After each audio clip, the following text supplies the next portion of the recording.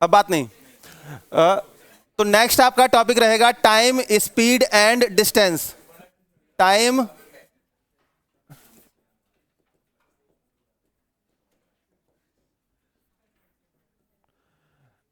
जब भी हम लोग टाइम, स्पीड और डिस्टेंस की बात करते हैं तो यहां पर टाइम, स्पीड और डिस्टेंस के रेस्पेक्ट में हमारे माइंड में सबसे पहले एक फॉर्मूला आता है। स्पीड के रेस्पेक्ट में speed equal to distance upon time, distance upon time.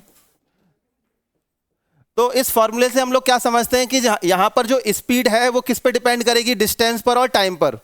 Speed किस पे डिपेंड करेगी, डिस्टेंस पर और टाइम पर। तो यहां पर जो स्पीड है ये क्या है, डायरेक्टली प्रोपोर्शनल है किसके, डिस्टेंस के।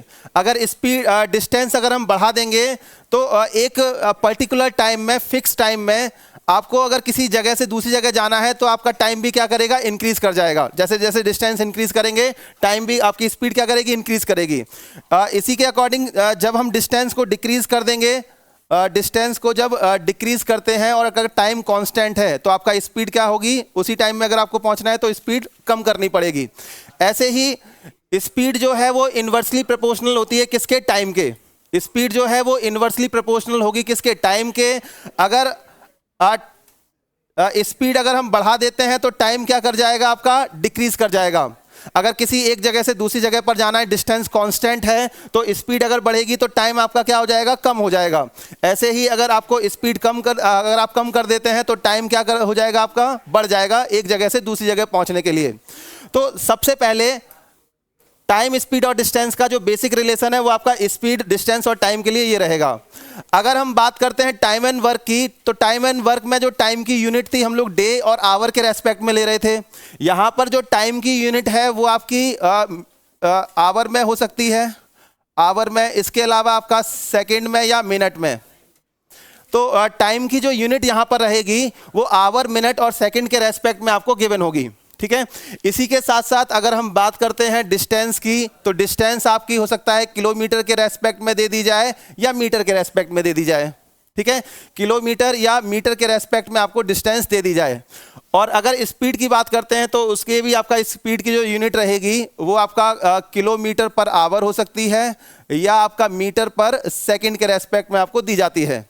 तो यहाँ पर सबसे ज़रूरी चीज़ ये है कि हमें कन्वर्ट करना आना चाहिए, कन्वर्जन पता होना चाहिए कि कैसे हम स्पीड को किलोमीटर पर आवर से मीटर पर सेकंड में लेकर जाएंगे, ठीक है। तो सबसे पहले हम कन्वर्जन की बात करते हैं यहाँ पर। तो अगर हमें कन्वर्ट करना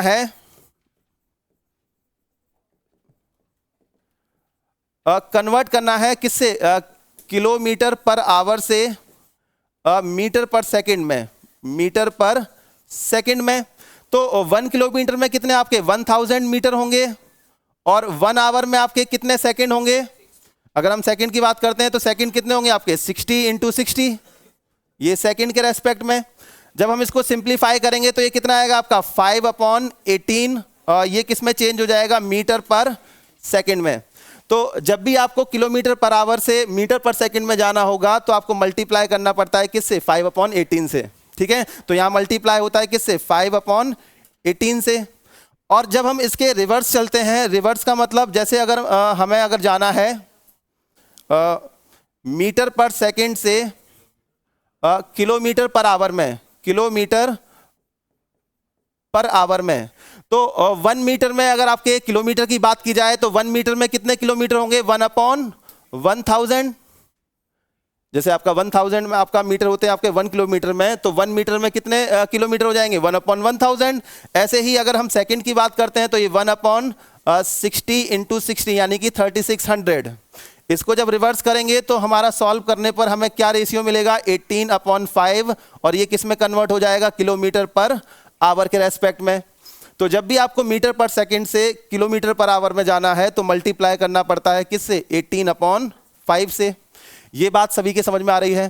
तो सबसे पहली चीज़ आपको कन्वर्जन पता होना चाहिए कि कैसे हम कन्वर्ट करेंगे। क्वांटिटी आपको मीटर में गिवन है और आपको आंसर किलोमीटर में चाहिए तो आपको उसको कन्वर्ट करना पड़ेगा, या किलोमीटर पर आवर में गिवन है स्पीड और मीटर पर सेकंड में आपसे आंसर पूछ रहा है तो वहाँ पर भी आपको कन्वर्ट करना पड़ता है।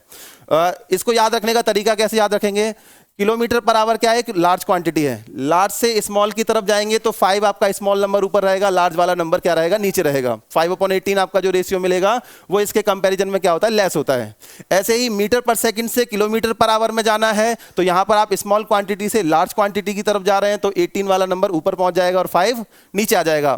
तो इस तरह से हम कन्वर्ट कर लेते हैं मीटर पर सेकंड से किलोमीटर पर आवर में, या किलोमीटर पर आवर से मीटर पर सेकंड में। ये सभी के समझ में आ रहा है, क्लियर है ये? तो इसको आप लिख लीजिए। इसके बाद हम लोग आगे चलते हैं एवरेज स्पीड की तरफ। लिख लो इसको।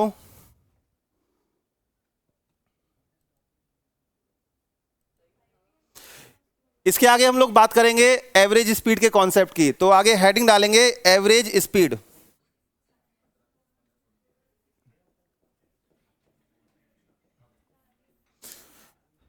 तो एवरेज स्पीड क्या होती है इसको सबसे पहले समझ लेते हैं, ठीक है? अगर हमें एवरेज स्पीड चाहिए तो हमें क्या, किस चीज की रिक्वायरमेंट होती है? यहां पर अगर हमें एवरेज स्पीड चाहिए तो हमें क्या पता होना चाहिए? उस स्पीड के लिए आपको टोटल डिस्टेंस पता होनी चाहिए। अच्छा, एवरेज जो स्पीड हम लोग पता कर रहे हैं वो आपका किसी भी दो सेगमेंट के रेस्पेक्ट में होगा। जैसे हम लोग कोई भी दो ऑब्जर्वेशन या दो क्वांटिटी के रेस्पेक्ट में हम लोग एवरेज पता करते हैं, वैसे ही अगर हम एवरेज स्पीड पता करेंगे तो कोई भी दो सेगमेंट होंगे, कोई एक पर्टिकुलर डिस्टेंस दे रखी होगी और उनके रेस्पेक्ट में आपसे पूछा होगा कि हाँ ये दोनों एक से ए से बी तक गया और बी से फिर वो गया सी तक, तो वहां पर उसकी एवरेज स्पीड क्या होगी? तो जब भी एवरेज स्पीड फाइंड करनी है तो आपको क्या पता होना चाहिए? टोटल डिस्टेंस, ए से बी तक की डिस्टेंस और बी से सी तक की डिस्टेंस। इसके रेस्पेक्ट में यहां क्या आएगा आपका? Total time. Total time. अगर एवरेज स्पीड पता है, अगर पता करना है तो हमें टोटल डिस्टेंस पता होने चाहिए और टोटल टाइम पता होना चाहिए। अगर ये दोनों पता है तो हम एवरेज स्पीड फाइंड कर लेंगे। अब जब भी हमें एवरेज स्पीड फाइंड करनी होती है तो क्वेश्चन कुछ इस तरह से आपके जैसे पूछे जाते हैं। अगर मान लो हमने एक यहाँ पर डिस्टेंस ली, ये पॉइंट था आपका ए और ये पॉइंट था आपका सी, यहाँ पर कोई बीच में कोई पॉइंट है आपका बी, ठीक है? ए और सी के रेस्पेक्ट में हमने ये देखा कि ए से लेकर बी तक की जो डिस्टेंस है ये आपका दे रखी है आपको डी किलोमीटर।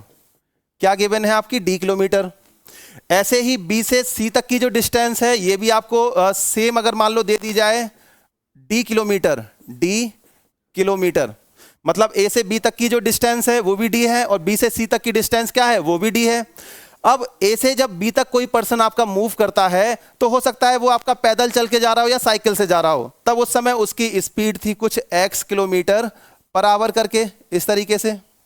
उसके बाद जब वो बी से सी तक गया तो हो सकता है उसने कार वगैरह ले ली हो तो वहां पर उसकी स्पीड कुछ ज्यादा हो जाती है या आपका कुछ कम हो जाएगी एक्स के रेस्पेक्ट में, 22 किलोमीटर पर आवर मान लो ये हो गई, ठीक है?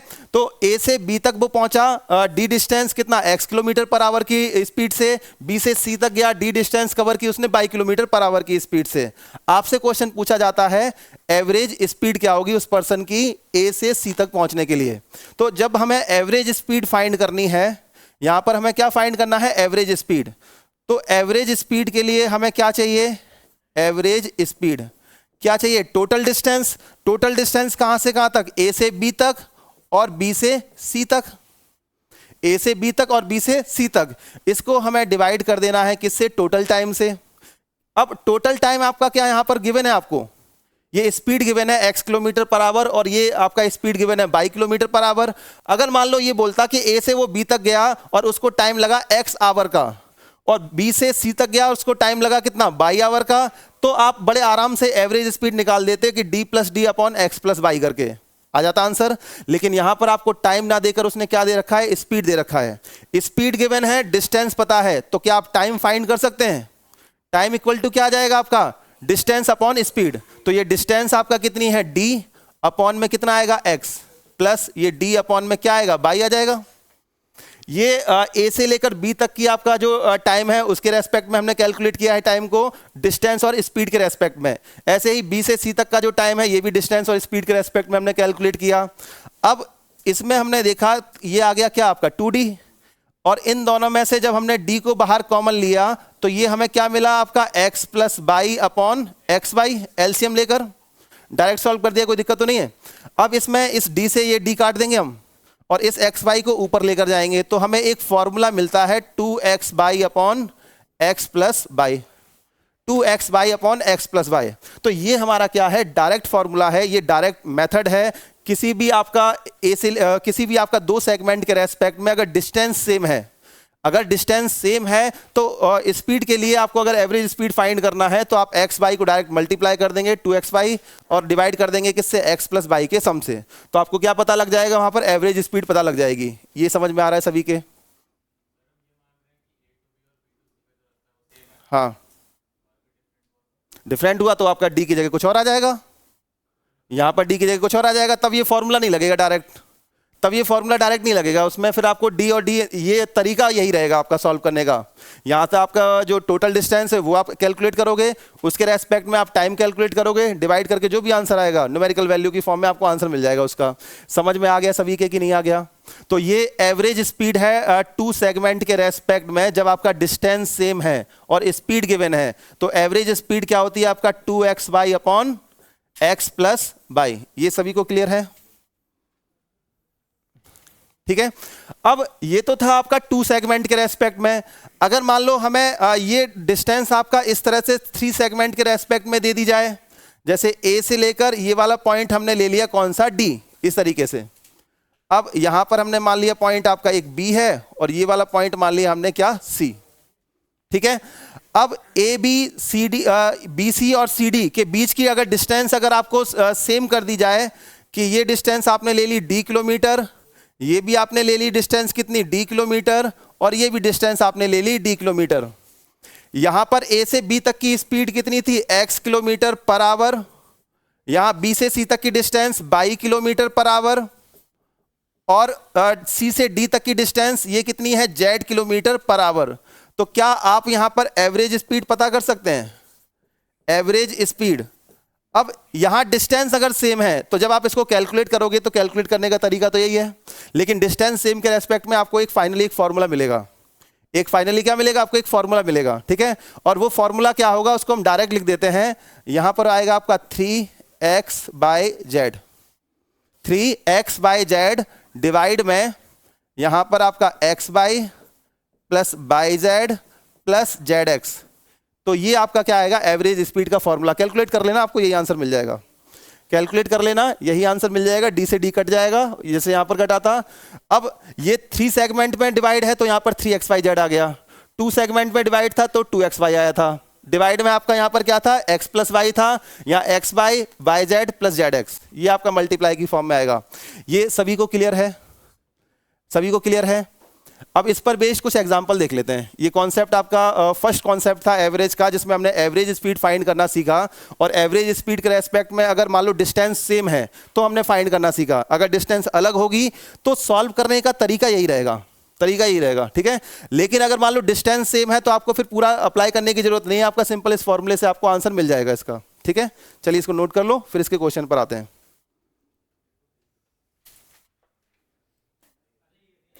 फर्स्ट वाले क्वेश्चन में एक पर्सन है, वो ए से बी तक गया 6 किलोमीटर पर आवर की स्पीड से और वापस फिर बी से ए पर आया। अब उसकी स्पीड आपका चेंज है और कितनी हो जाती है, 10 किलोमीटर पर आवर। ए से बी तक जाने में उसने जो डिस्टेंस कवर की वही सेम डिस्टेंस उसने बी से ए पर आने पे के लिए कवर की।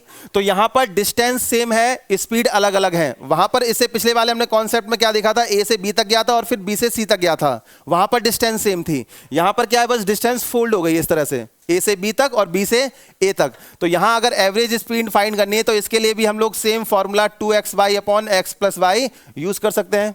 अब x की जगह कितना आएगा, 6, तो 2 इंटू 6 इंटू कितना आएगा, 10, डिवाइड बाय आपका 6 प्लस 10, ये कितना आ गया यहाँ पर सॉल्व करने पर 120 अपॉन में कितना 16, तो 8 से डिवाइड किया आपका कितना 2 टाइम और ये 15 टाइम, तो 15 अपॉन 2 को क्या लिखेंगे 7.5 किलोमीटर पर आवर।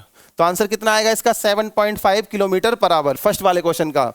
ये सभी को क्लियर है क्वेश्चन, ये सभी के समझ में आ गया। आगे सेकंड वाले क्वेश्चन में आपको वही गिवन था जो आपको अभी फॉर्मूले में बताया गया था। ठीक है। यहां पर बस थोड़ा हमने चेंज किया था ताकि आप कंफ्यूज होते हो नहीं होते हो। इसमें सेकंड वाले में ए से बी तक गया डिस्टेंस x किलोमीटर थी, बी से सी तक गया डिस्टेंस x किलोमीटर है, यानी कि डिस्टेंस सेम है। तो इसके लिए डायरेक्ट हमारा फॉर्मूला यूज हो जाएगा 2x y upon x plus by. अब यहां पर 2x की जगह कितना रखेंगे आपका 12 और y की जगह कितना रखेंगे 8, और यहां पर कितना आएगा 12 प्लस 8, ये कितना आ गया आपका 192। 192 को डिवाइड करना है किससे 20 से, तो डिवाइड करो जरा कितना आएगा 9.6 किलोमीटर पर आवर। तो इस क्वेश्चन का जो आंसर आएगा वो क्या आ जाएगा 9.6 किलोमीटर पर आवर। ये सभी के समझ में आ गए दोनों क्वेश्चन, क्लियर है ये। आगे अब इसके हम नेक्स्ट क्वेश्चन की तरफ चलते हैं, जब आपका 3 सेगमेंट के रेस्पेक्ट में डिस्टेंस कवर की जाएगी, और डिस्टेंस जब डिफरेंट होगी तब क्या करना है उसको भी देख लेंगे। चलिए इसमें सबसे पहले फर्स्ट वाले क्वेश्चन पर चलते हैं। ए से बी तक 8 किलोमीटर की डिस्टेंस वो कवर करता है कितना 6 आवर में। अब ये जो आपका गिवन है क्वांटिटी, ये आवर है, टाइम गिवन है आपको, ये स्पीड नहीं दी हुई है कि आप लोग इसको स्पीड को फिर कन्वर्ट करो या उसके अकॉर्डिंग फिर आप क्वेश्चन को सॉल्व कर रहे हो। तो यहां पर ये टाइम गिवन है कि 8 किलोमीटर की डिस्टेंस वो 6 आवर में कवर कर रहा है, और बी से सी तक की 24 किलोमीटर की डिस्टेंस वो कवर कर रहा है 24 आवर में। अब यहां पर एवरेज स्पीड अगर चाहिए तो ये क्या आएगी आपका total distance upon total time, total time. तो यहां पर जो टोटल डिस्टेंस आएगी वो क्या आएगी आपका 8 plus 24 divide by total time 6 और 10 को डायरेक्ट ऐड कर देना है, तो ये कितना आएगा आपका 32 अपॉन में 16, ठीक है। तो ये कितना आएगा आपका 2 किलोमीटर पर आवर। तो इसका जो आंसर आएगा वो क्या आएगा 2 किलोमीटर पर आवर। ये सीधा सीधा क्वेश्चन था क्योंकि यहां पर क्वांटिटी आपको टाइम के रेस्पेक्ट में गिवन है। अगर ये किलोमीटर पर आवर के रेस्पेक्ट में गिवन होती तब आप किसको करते 8/6 या इसको 24/10, फिर उससे सॉल्व करते आंसर वहां से मिलता आपको। समझ में आ रही बात ये। अब ये 3 सेगमेंट के रेस्पेक्ट में ए से बी तक की डिस्टेंस गिवन है आपको 2 किलोमीटर की, और स्पीड आपको गिवन है, क्या स्पीड रहती है 4 किलोमीटर पर आवर। बी से सी तक गए 2 किलोमीटर की आपका डिस्टेंस सेम है यहां पर भी, और टाइम जो है वो 5 किलोमीटर पर आवर गिवन है। और जब सी से डी पर गए तो ये 6 किलोमीटर पर आवर की स्पीड से चलता है। एवरेज स्पीड क्या हो जाएगी 3 इंटू एक्स बाई जेड, एक्स की जगह क्या आएगा 4, 5 into 6 divide by x y में क्या आएगा 4 into 5 plus y z 5 into 6, और जेड एक्स में 6 इंटू 4, 6 इंटू 4। अब इसको कैलकुलेट कर लो तो ये कितना आएगा आपका ये 360 डिवाइड में 20 प्लस 30 50 और ये 74, तो ये कितना आएगा 180/37। इसको सॉल्व करने पर 4.86 ये किस में आएगा किलोमीटर पर आवर के रेस्पेक्ट में। तो आंसर क्या आएगा 4.86 किलोमीटर पर आवर। ये सभी के समझ में आ गया, ठीक है। तो यहां पर हमें किलोमीटर वाली डिस्टेंस का यूज नहीं करना था, सिंपली आपका इस फॉर्म में आंसर आ जाएगा। इसके बाद हम इसके नेक्स्ट क्वेश्चन की तरफ चलेंगे। लिख लिया इसको, लिख लो इसको, फिर नेक्स्ट क्वेश्चन पर चलते हैं। चलिए इसमें फर्स्ट वाले क्वेश्चन की तरफ चलते हैं। सबसे पहले यहां पर 4 किलोमीटर की डिस्टेंस है वो 5 किलोमीटर पर आवर की स्पीड से कवर कर रहा है। नेक्स्ट 5 किलोमीटर की डिस्टेंस वो 4 किलोमीटर पर आवर की स्पीड से कवर करता है। आपको क्या बताना है एवरेज स्पीड। अब क्योंकि डिस्टेंस अलग अलग है तो यहाँ पर 2x/x+y वाला फॉर्मूला यूज नहीं हो पाएगा, तो हम लोग इसमें जो हमारा प्रॉपर मेथड है उसी से हम इसको सॉल्व करेंगे। एवरेज स्पीड क्या होता है total distance upon total time. तो अगर टोटल डिस्टेंस की बात करेंगे तो यहाँ पर टोटल डिस्टेंस कितनी आएगी आपका 4 + 5, 4 + 5। आगे अगर टाइम की बात करते हैं तो यहाँ पर 5 अपॉन ये आपका स्पीड अपॉन क्या हो जाएगा डिस्टेंस टाइम, तो ये 5/4 प्लस ये क्या आएगा आपका 4/5 इस तरीके से, ठीक है। इसको जब सॉल्व किया हमने तो ये कितना आ गया 9 अपॉन में ये आपका 20 था, ये ऊपर पहुंच जाएगा, और ये कितना आ जाएगा 25 प्लस और ये 16, ठीक है। सॉल्व करेंगे तो ये 180 अपॉन में कितना आएगा 41। इसको जब सॉल्व करते हैं तो ये कितना आएगा 4.39 किलोमीटर पर आवर। तो यहां जो एवरेज स्पीड आएगी वो 4.39 किलोमीटर पर आवर आएगी। सही आ रहा है ना कैलकुलेशन? हाँ, जो भी आंसर है उस देखो आंसर को अगर आपको एक वेरीफाई करना है तो उसका तरीका ये भी होता है कि आपकी जो भी एवरेज स्पीड आएगी वो दोनों के बीच में ही कहीं आएगी। एवरेज स्पीड क्या होती है दोनों आपका स्पीड के बीच में ही कहीं होगी। तो ये मत करना कि इन दोनों को ऐड करके 2 से डिवाइड कर दो एवरेज निकाल दो, वहां गलती हो जाएगी। यहाँ पर क्या करना है आपका जो भी आपका स्पीड गिवन है उसके रेस्पेक्ट में टोटल डिस्टेंस पता करना है। टोटल टाइम अगर नहीं गिवन है तो उसको डिस्टेंस अपॉन स्पीड के रेस्पेक्ट में हमें कैलकुलेट करना है। इनको सॉल्व करने पर आपको इसका आंसर मिल जाएगा। नेक्स्ट वाला क्वेश्चन, इसमें भी आपको अलग अलग डिस्टेंस गिवन है 3 सेगमेंट के रेस्पेक्ट में, आपको क्या पता करना है, एवरेज स्पीड। अब टोटल डिस्टेंस की अगर बात करते हैं तो यहाँ पर 2 + 2 + 4, आगे इसमें ये आपका स्पीड अपॉन टाइम से स्पीड अपॉन डिस्टेंस से हमें क्या पता लगेगा, टाइम। तो ये कितना आएगा आपका 4/2 प्लस ये आपका 3/2 प्लस ये आपका 5/4, इस तरीके से इनको जब सॉल्व किया तो ये कितना आ गया, ये तो 8 आ गया, और इसका एलसीएम लिया 4, ये तो हमारा आपका कहाँ पर पहुंच जाएगा, न्यूमरेटर में। इसके बाद आपका कैलकुलेट करते हैं तो ये कितना आएगा, 8, 6 और ये 5, इस तरीके से। ये कितना आ गया 32 में ये 19, गड़बड़ हो रही क्या, अच्छा ये उल्टा कर दिया क्या, यहाँ पर देखो करेक्शन कर लो इसको। ये आपका डिस्टेंस अपॉन में आएगा स्पीड, हाँ ठीक है। ये आपका डिस्टेंस में, डिस्टेंस क्या है हमारी 2/4 आएगा, हाँ इसको करेक्ट कर लेना। आगे ये 2/3 और फिर आगे ये 4/5, ठीक है। अब इसका एलसीएम लेंगे तो ये कितना आएगा, 8 इंटू ये आपका कितना 60 डिवाइड बाय, तो ये कितना आ गया आपका 30 प्लस ये आपका 40 प्लस ये 48। एक बार कैलकुलेट कर लेना कि आपका इसमें कोई गलती तो नहीं है। ये आपका कितना 480 आ गया, डिवाइड में 118, 2 से डिवाइड कर दो इसको तो ये कितना आएगा 240/59। तो सॉल्व करने पर कितना आएगा 4.06 किलोमीटर पर आवर, ठीक है। तो जो आंसर आएगा वो क्या आएगा 4.06 किलोमीटर पर आवर। कैलकुलेट करने पर हो सकता है आंसर डेसिमल फॉर्म में गिवन हो या आंसर आपका हो सकता है मिक्स्ड फ्रैक्शन की फॉर्म में गिवन हो, जो भी आपका आंसर आएगा वो आप उसको कैलकुलेट बड़े आराम से कर लोगे। तो एवरेज स्पीड का अगर क्वेश्चन आएगा तो आपसे हो जाएगा, ठीक है। अब इसके बाद हम टाइम, स्पीड और डिस्टेंस के नेक्स्ट कॉन्सेप्ट की तरफ चलते हैं, ठीक है। आगे चलें इसके।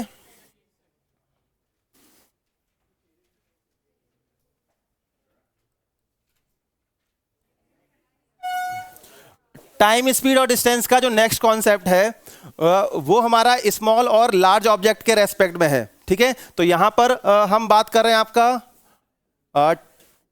Train related problems. Train related problems की अगर हम बात करें तो यहां पर ट्रेन को लेकर टाइम, स्पीड और डिस्टेंस से आपके क्वेश्चन पूछे जाते हैं। अब ट्रेन जो है आपका जब चलती है तो वो 2 तरह के ऑब्जेक्ट को क्रॉस करते हुए निकलती है। एक होते हैं आपके स्मॉल ऑब्जेक्ट होंगे और एक होंगे आपके लार्ज ऑब्जेक्ट, ठीक है।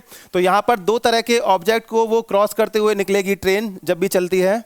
तो 2 तरह के ऑब्जेक्ट कौन से होते हैं, एक तो स्मॉल ऑब्जेक्ट और दूसरे कौन से होते हैं, लार्ज ऑब्जेक्ट, ठीक है। अब स्मॉल ऑब्जेक्ट में आपके कौन कौन से ऑब्जेक्ट आते हैं जो जिनको ट्रेन क्रॉस करते हुए निकलेगी, जैसे कोई भी आपका मैन हो सकता है। मैन को स्मॉल ऑब्जेक्ट क्यों बोला गया है, क्योंकि ट्रेन की लेंथ के रेस्पेक्ट में जो मैन की जो लेंथ होगी जिसको जब वो क्रॉस करते हुए निकलेगी तो वहां पर उसकी जो लेंथ होगी वो क्या होती है, नेग्लिजिबल होती है, इसीलिए इसको स्मॉल ऑब्जेक्ट की कैटेगरी में रखा गया है। ऐसे ही आपका कौन सा नेक्स्ट आएगा, आपका पोल।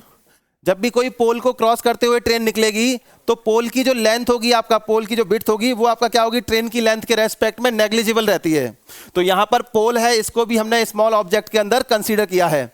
इसके अलावा कोई भी आपका सिग्नल होता है, कोई भी आपका सिग्नल है जिसको वो क्रॉस करते हुए निकल रही है, वो भी क्या है आपका स्मॉल ऑब्जेक्ट के अंदर कंसीडर किया जाएगा। स्मॉल ऑब्जेक्ट के अंदर जब भी ट्रेन स्मॉल ऑब्जेक्ट को क्रॉस करते हुए निकलती है तो यहां पर जो ऑब्जेक्ट की जो लेंथ होगी या विड्थ होगी वो क्या होती है, नेग्लिजिबल, उसको हमें कंसीडर यहां पर नहीं करना होता। तो जब भी हम स्पीड पता करेंगे, स्पीड इक्वल टू क्या होता है आपका, डिस्टेंस अपॉन में क्या, टाइम, ठीक है।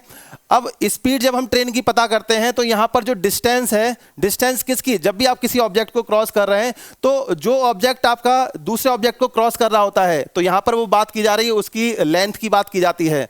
तो यहां पर जो डिस्टेंस आएगी ये क्या आएगी आपका, length of train. Length of किसकी, ट्रेन की बात हो रही है। उसको डिवाइड करने में जो भी टाइम लग रहा है उसके हम कैलकुलेट कर लेते हैं क्या, स्पीड को। ठीक है, तो यहां पर जो आपका जो ऑब्जेक्ट होगा उसकी लेंथ क्या होती है, नेग्लिजिबल रहेगी, उसको हमें यहां पर कंसीडर नहीं करना होता। ये सभी के समझ में आ रहा है? ठीक है, तो लेंथ ऑफ ऑब्जेक्ट को यहां पर कंसीडर हम नहीं करेंगे। ठीक है, तो इसको लिख लेंगे आपका length of small object is negligible.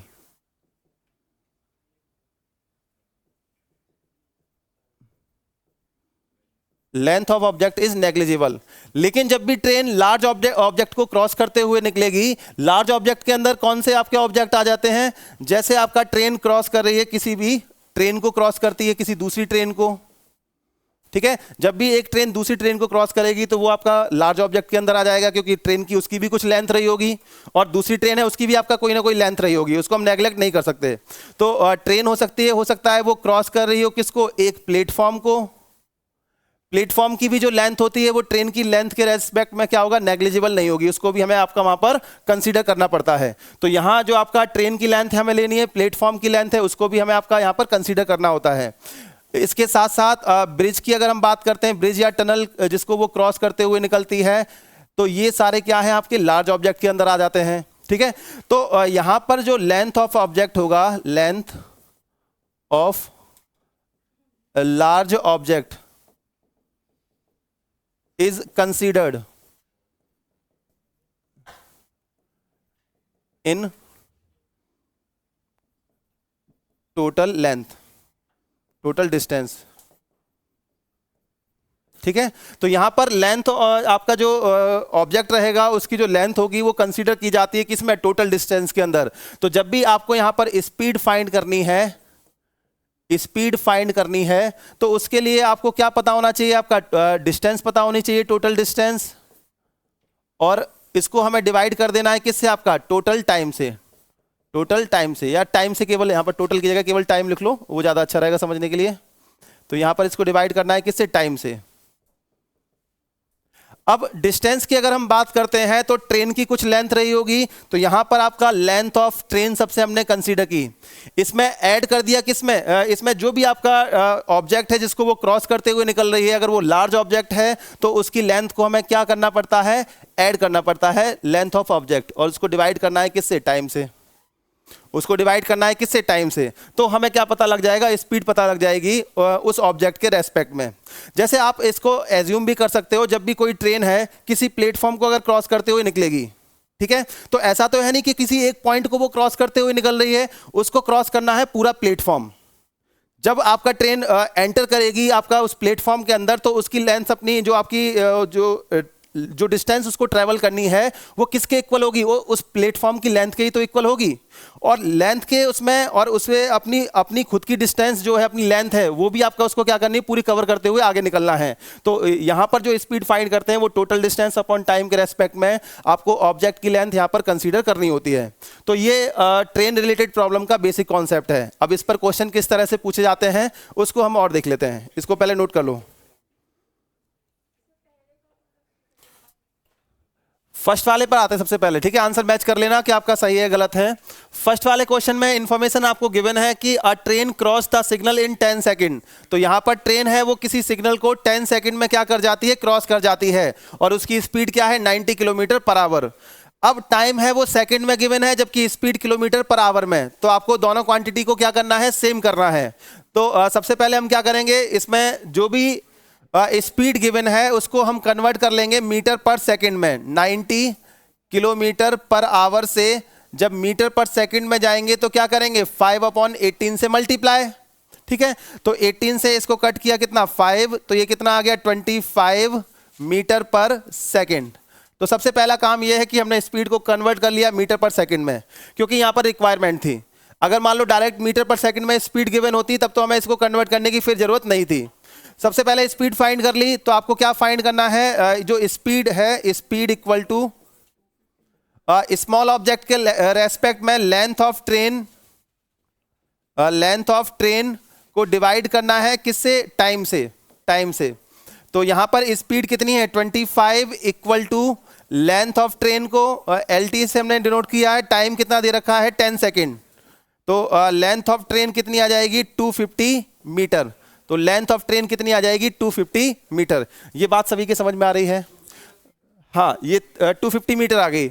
Second वाले क्वेश्चन में एक ट्रेन है जो कि क्रॉस कर रही है किसको, प्लेटफॉर्म को। अब प्लेटफॉर्म हमारा क्या है, लार्ज ऑब्जेक्ट। सिग्नल क्या था, स्मॉल ऑब्जेक्ट था जिसकी हमें लेंथ कंसीडर नहीं करनी थी, लेकिन जब वो प्लेटफॉर्म को क्रॉस करेगी तो वो एक लार्ज ऑब्जेक्ट के अंदर कंसीडर किया जाएगा।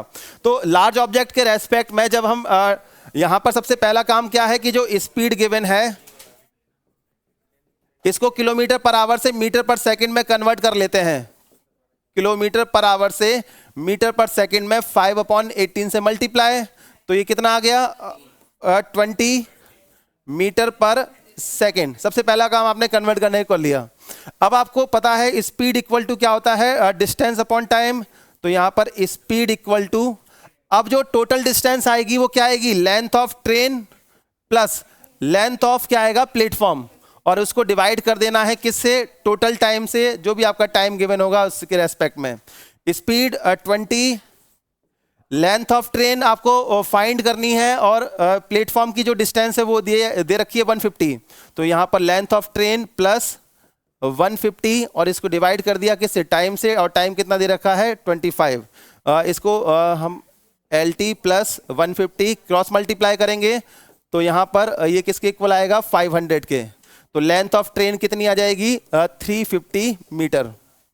लेंथ ऑफ ट्रेन कितनी आ जाएगी 350 मीटर। तो ये सेकंड वाले क्वेश्चन का आंसर हो जाएगा। कितने लोगों का सेकंड वाला आंसर सही था? इसके आगे चलते हैं हम नेक्स्ट क्वेश्चन की तरफ। तो ये बहुत ही बेसिक क्वेश्चन है, इसके आगे नेक्स्ट एग्जांपल देखते हैं। सबसे पहले फर्स्ट वाले क्वेश्चन में क्या गिवन है ये देख लेते हैं। अ train crossed a signal in 15 second. तो पहले ट्रेन ने क्रॉस किया किसको, सिग्नल को, और सिग्नल क्या था हमारा, स्मॉल ऑब्जेक्ट।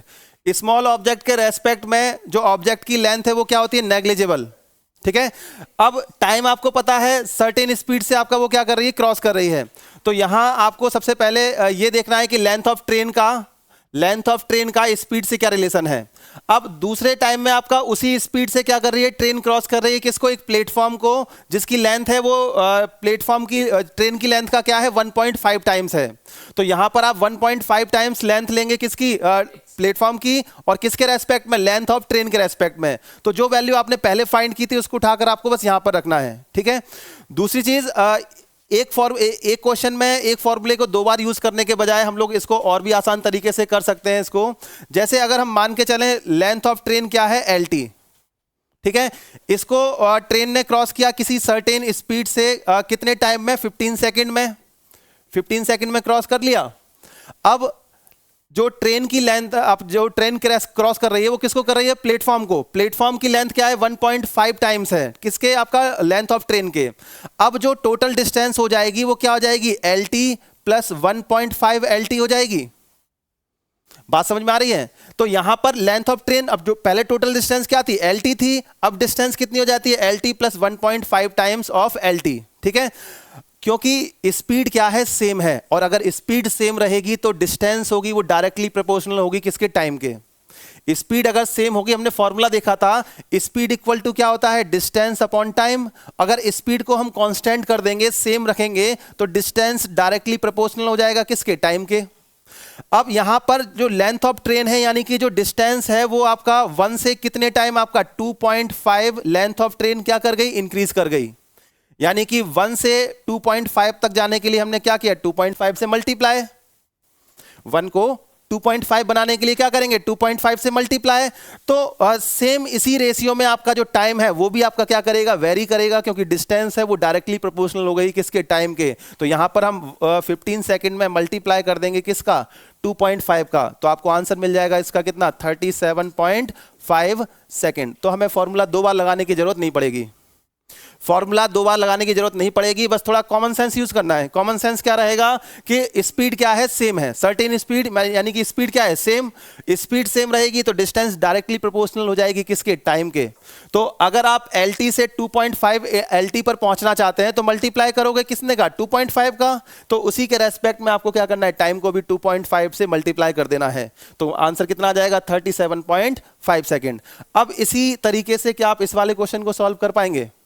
ठीक है, अब पहले सिग्नल को क्रॉस किया तो ट्रेन की लेंथ थी क्या, LT, और कितने टाइम में क्रॉस कर दिया, 20 सेकंड में। अब जो आपका प्लेटफॉर्म है उसकी लेंथ क्या है, 2 टाइम्स है किसके, लेंथ ऑफ ट्रेन के। अब टोटल जो डिस्टेंस कवर कर रही है ट्रेन वो कितना कवर कर रही है, LT प्लस 2LT, कितना आ जाएगा आपका 3LT। और कितना टाइम उसको लगेगा, यहाँ पर मल्टीप्लाई 3 से किया तो यहाँ भी मल्टीप्लाई 3 से, तो कितना आ जाएगा आपका 60 सेकेंड। आंसर आएगा आपका 60 सेकेंड। तो ये सेकंड वाले क्वेश्चन का आंसर हो जाएगा। तो यहां पर हमें 2 टाइम फॉर्मूला लगाने की जरूरत नहीं है, अगर फॉर्मूला लगाएंगे तो भी आपको सेम आंसर मिलेगा। ये सभी के समझ में आ गया, ठीक है। यहां पर बस हमने एक कॉन्सेप्ट का यूज किया था कि अगर स्पीड सर्टेन है यानी कि सेम है, कांस्टेंट है, तो डिस्टेंस है वो डायरेक्टली प्रोपोर्शनल हो जाएगी किसके, टाइम के। तो इसको आप नोट कर लीजिए, फिर इसके हम अगले क्वेश्चन पर चलते हैं।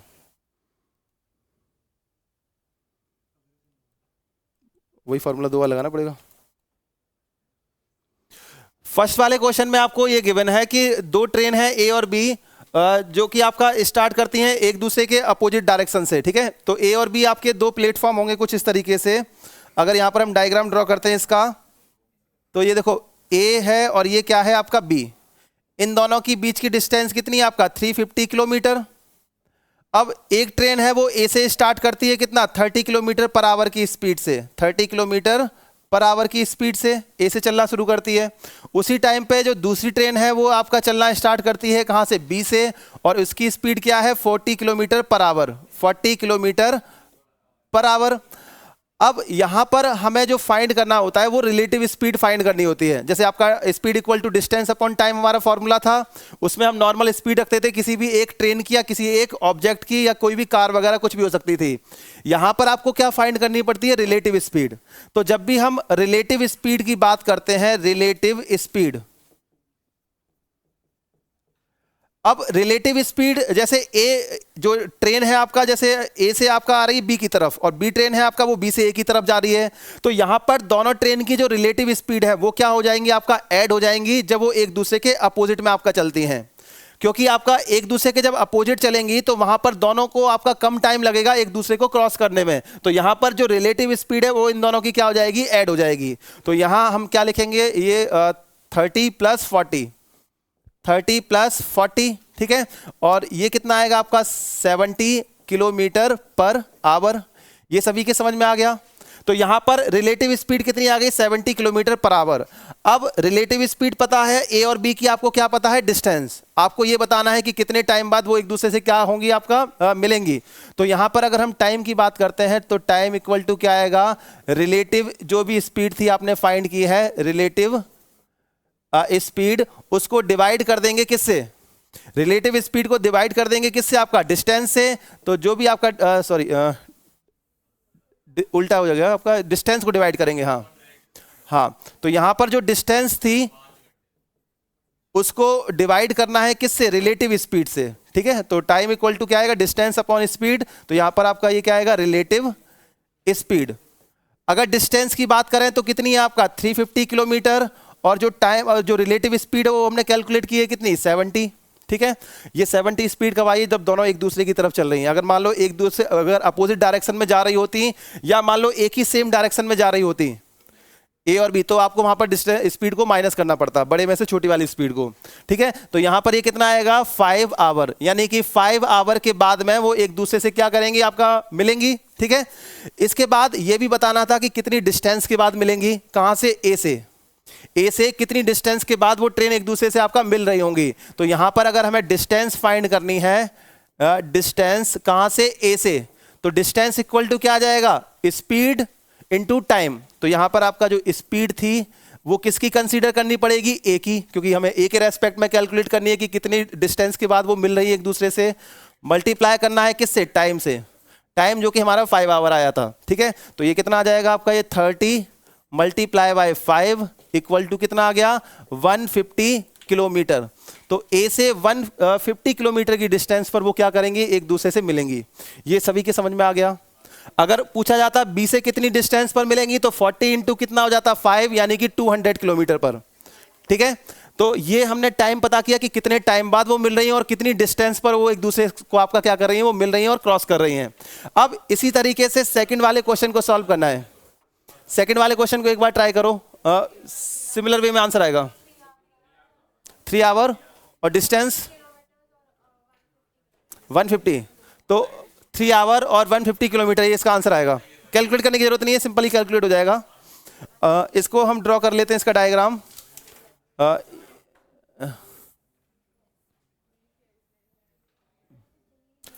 ये P और Q के रेस्पेक्ट में, और ये डिस्टेंस कितनी दे रखी है आपकी 330 किलोमीटर।